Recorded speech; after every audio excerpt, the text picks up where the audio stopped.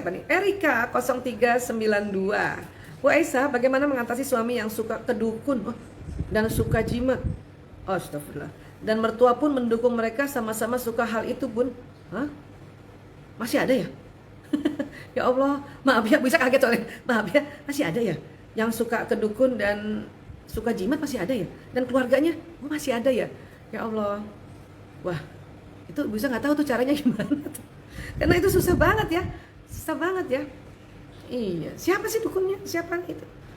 Deket rumah atau gimana? Atau gimana? Ini susah banget, apalagi kalau keluarga yang mendukung. Wah, itu rumit banget. Kita mau bilang sama suami, nggak boleh loh, itu syirik. Kalau udah pernah ya, berarti ibu ya sebagai istri sudah lepas itu dosanya, udah lepas tanggung jawabnya itu. Karena sudah pernah ingat, Mas, hati-hati loh, itu syirik loh, nggak baik loh, misalnya gitu. Udah kalau sudah lakukan itu, udah alhamdulillah itu udah. Kecuali belum pernah ngomong kayak gitu, harus ngomong dulu, harus ingetin dulu. Kalau udah diingetin, apalagi berulang-ulang diingetin, itu udah lepas itu sebagai istri, sebagai tanggung jawabnya. Ya, kita lebih baik fokus daripada, karena gini, kalau kita ada sesuatu nih, suami melakukan sesuatu dan kita sudah sampaikan, dia masih lakukan terus, itu kan kepikirannya istrinya ya. Itu nanti habisin energi tuh. Sehingga nanti istri bisa kadang-kadang marah sama anak ya, si ibu nih marah sama anak, atau pekerjaan-pekerjaan di rumah susah banget dikerjakan karena sangat-sangat berat karena mikirin itu terus. Nah, ini harus kita atur strateginya ya. Yang penting tadi sudah dikasih tahu, udah diingatkan, bahkan mungkin udah berkali-kali, mungkin sudah lebih 3 kali. Itu sekali lagi sudah lepas itu tanggung jawab, si istri sudah mengingatkan. Ya. Karena ini susah nih orang tuanya keluarganya dukung, repot kan. Ya. Nah, sekarang mending ya ibu atau istri ya sudah fokus ya, minta ampun pada Allah ya, bilang sama Allah, ya Allah, saya mohon ya Allah, ampuni suamiku ya Allah ya. Jadi kita doakan gitu dan mohon pada Allah, ya Allah, engkau yang berikan petunjuk ya Allah, saya sudah sampaikan tapi dia tidak gubris ya Allah, karena orang tuanya begini. Sampaikan pada Allah. Ya, nanti Allah akan memberikan petunjuk entah bagaimana caranya. Kalau sudah kita minta, Allah yang langsung pakai caranya, insya Allah itu.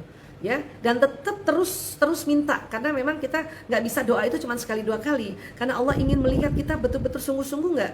Nah, kesungguhan itu dilihat dari berulang-ulang nggak kita doa, berulang-ulang nggak kita minta, seperti itu. Apalagi soal kayak gini ya, soal kayak gini. Nah, sekarang mending kita selamatin siapa? Anak-anaknya. Ya, selamatkan anak-anaknya untuk ya. Kalau misalnya anak tanya, itu kok kenapa ya ayah pakai begini, sampaikan saja ayah itu karena masih ikut budaya orang tuanya, nak. Tapi sesungguhnya kalau dalam konsep Islam, Allah ajarkannya ya, kita ini harus bergantungnya pada Allah, bukan pada benda-benda itu. Jadi kita selamatin yang anaknya aja ya, karena ini susah loh, susah banget, sulit ya. Dan tetap maksud saya tetap saja berikhtiar untuk selalu jadi istri yang baik. Kalau pas dia ada di rumah, misalnya dilayani sedemikian rupa, baik dari makan, minum, ya, kebutuhan sandang, pangan, dan kebutuhan intimnya lagi dengan suami, tetap aja ya kita ya istri melakukan itu. Tetapi senantiasa kencengin doa untuk hal-hal yang seperti itu ya. Ini memang rumit banget. Saya nggak bisa kebayang gitu ya gimana caranya, tapi cuman bisa kasih tahu cuman caranya kayak gitu aja. Ya, mudah-mudahan bisa juga terinspirasi dari jawaban ini ya, oke? Baik. Kalista Tega, Bu Isa, gimana cara menangani suami yang candu pornografi? Waduh. Ya, tidak, ya ini bukan rahasia umum juga ya. Rupanya ada beberapa suami juga yang kecanduan pornografi ya. Ini bukan rahasia umum juga ya, karena ada beberapa juga pasien-pasien yang kondisinya suaminya seperti itu. Ya. Walau alam ya, mungkin dia juga ada sebelumnya ada pengalaman atau ada satu trauma yang kaitannya dengan pelecehan seksual, itu bisa satu ya. Kedua, bisa jadi dia punya syahwat menurun sehingga dia melihat pornografi ini sebagai apa istilahnya, foreplay ya, sebagai untuk meningkatkan dia punya syahwat gitu. Nah, setelah itu kemudian dia berhubungan intim dengan istrinya, ada yang begitu juga gitu. Ya, kenapa bisa syahwat menurun? Banyak hal. Bisa psikologis, bisa biologis. Ya, psikologis mungkin dia ada malu sama istri, mungkin dia tersinggung pernah istri ngomong apa sehingga akhirnya bertumbuk-tumbuk, akhirnya dia sulit sekali untuk ya ereksi, ya. Atau karena biologisnya ada penyakit-penyakit degeneratif, terutama diabetes, itu hati-hati banget. Diabetes mellitus itu yang membuat syahwat kadang turun. Makanya kenapa orang-orang yang terdeteksi diabetes mellitus atau ada turunan diabetes mellitus itu harus segera berobat dengan teratur, ya, agar itu tadi, agar komplikasi atau efek samping sawat menurun ini bisa teratasi. Ya, ada kondisi-kondisi kayak gitu. Makanya dia mencoba untuk foreplaynya dengan melihat pornografi itu gitu. Ya, jadi saya hanya bisa memaparkan kurang lebih apa ya penyebab-penyebabnya, itu pun juga belum lagi semuanya yang bisa saya paparkan ya. Hanya ada yang kondisinya kayak gitu. Nah, kalau memang dia karena untuk foreplay, ya kita memaklumi saja. Ya, asal setelah itu ya kemudian hubungan intimnya kepada istrinya gitu. Atau itu tadi, jangan-jangan kalau memang dia sehat, hipertensi nggak ada, diabetes nggak ada, cuman karena dia mungkin ada waktu masih mudanya, dia sering juga melihat hal-hal seperti itu, jadi jadi seperti habituasi, ya itu juga mau nggak mau kita bisa bilang sama dia atau ajak dia atau untuk mau berobat dan sebagainya. Ya, kalau nggak mau ya sudah, lihat lagi. Kalau setelah nanti dia menyaksikan pornografi dan kemudian dia juga ya melakukan hubungan intim dengan istrinya dan dia juga ya tetap masih memberikan kepuasan pada istrinya, masih bisa istrinya orgasmes, ya dimaklumi aja. Karena memang itu tadi, kalau misalnya dia bilang, si suami bilang, aduh bantu saya dong, saya udah nggak enak nih cara kayak gini nih, setiap mau berhubungan saya harus nonton film ini dulu gitu ya. Nah kalau dia sudah bilang gitu, carilah psikolog, carilah terapis atau carilah psikiater. Ya, tapi itu harus dari omongannya si suami dulu untuk dia mau ya minta pertolongan. Tapi kalau dia belum mau minta pertolongan, ini sulit banget. Hanya kita istri yang mencoba mengerti untuk cari tahu kira-kira apa ya kayak gitu. Ya asal itu tadi ya endingnya tetap sama istrinya ya seperti itu menurut saya masih lebih aman lah ya. Yang cilaka kalau endingnya sama orang lain, nah itu yang cilaka ya, nauzubillah min dzalik. Oke, lanjut ya. Wah ini siapa yang namanya ya, Skratlantis unik banget ya. Bu Aisyah, ya sudah 18 tahun berumah tangga, suami tidak serius mencari nafkah, sampai detik ini saya jadi tulang punggung keluarga. Tiap hari diam di rumah saja, tidak ada keresahan akan masa depan anak. Oh gitu, ya Allah. Jadi bunda ya yang ini ya, yang cari nafkah ya. Allahu Akbar. Harusnya suami ya, harusnya ya. Gini, ada faktor-faktor barangkali dia nggak mau cari nafkah ya. Satu mungkin faktor kecilnya tidak pernah diajarkan bertanggung jawab, itu bisa juga sih. Ya bisa juga kayak gitu. Nah kita harus cari tahu dulu dari keluarganya, gimana sih dulu kecilnya gitu ya. Atau ya ada laki-laki juga yang waktu di dalam rumah tangga beberapa tahun ini dia tersinggung dengan omongan istri. Kadang istri menganggap bahwa ya kamu gimana sih, misalnya kalimat gitu, kamu gimana sih cari nafkahnya susah, masa aku terus, itu tersinggung lah bapak-bapak. Ya sungguh mati itu tersinggung bapak-bapak ya. Dan atau lihat gaji istrinya lebih besar dari suaminya, itu juga bikin laki-laki itu sering down dengan sendirinya. Apalagi kalau dilihat bahwa sudahlah begitu kayaknya istrinya desek dia terus, itu bisa juga secara psikologis, makanya dia malah nggak bisa ngapa-ngapain ya. Nah atau bisa juga memang betul-betul ya malas dalam artian pernah usaha kemudian gagal, mungkin ditipu kah atau pokoknya gagal lah, sehingga dia punya trauma tersendiri dalam usaha, dalam perbisnisan. Itu juga, jadi banyak banget faktornya, multifaktorial ini sebetulnya ya. Nah ini yang perlu istri ngomong lagi sama suami, terus memetakan. Atau kalau nggak sanggup misalnya istri dampingi suami untuk memetakan, maka harus cari konsultan ya, konsultannya mungkin konsultannya bisa psikolog kah kalau untuk masalah psikologisnya, atau itu tadi ya konsultan ekonomi, ini gimana ini ya.